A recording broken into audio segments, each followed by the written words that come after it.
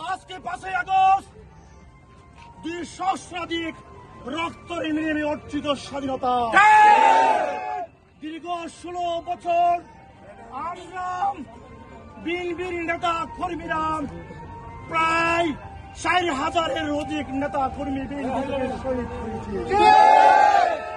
আমরা মনে করবেন না আমরা এই রক্ত পিতা যেতে দিব, কখনো এই রক্ত পিতা যেতে দিব না।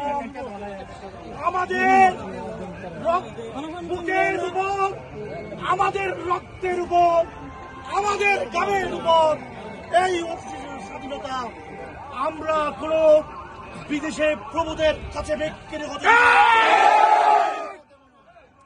প্রিয় উপস্থিতি। আজকে এই কেন বাংলাদেশের বিরুদ্ধে ষড়যন্ত্র হবে? সারা 1,47,000 বর্গ কিলোমিটারের বাংলাদেশের ভূখণ্ডে যেখানে বাংলাদেশের বিরুদ্ধে ষড়যন্ত্র হবেন, সেখানে বিপ্লবী ছাত্র জনতা তার প্রতিরোধ করে তুলবে।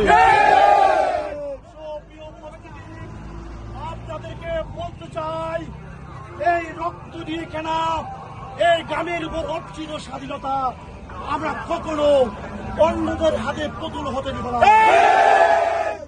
সুস্পষ্টভাবে ষড়যন্ত্রকারীদেরকে জানিয়ে দিতে চাই, আপনারা বাংলাদেশের দক্ষিণ প্রান্তে এসে বিলাসবহুল হোটেলে বাংলাদেশের বিরুদ্ধে ষড়যন্ত্র করবেন, বাংলাদেশের আগামী জাতীয় সংসদ ইলেকশন বানচাল করে দেওয়ার ষড়যন্ত্র করবেন, সেটা এই বিপ্লবী জনতা মেনে নিবে না। তাই আগামী দিনে যে কোনো সময় যে কোনো ষড়যন্ত্রের বিরুদ্ধে এই প্রতিবাদী বিপ্লবী চরিত্র আমাদের সবসময় মুখে ধারণ করতে হবে।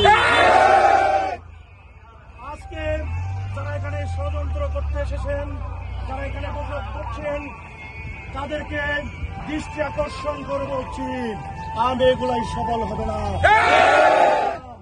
আগামী জাতীয় সংসদ যথাসময়ে ফেব্রুয়ারির মধ্যে বাংলাদেশের জাতীয় সংসদ ইলেকশন হবে, কেউ রুখে দিতে পারবে না, কেউ রুখে দিতে পারবে না।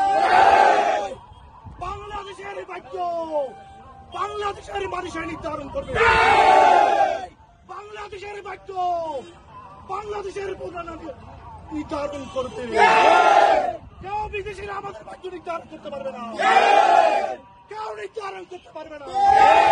তাই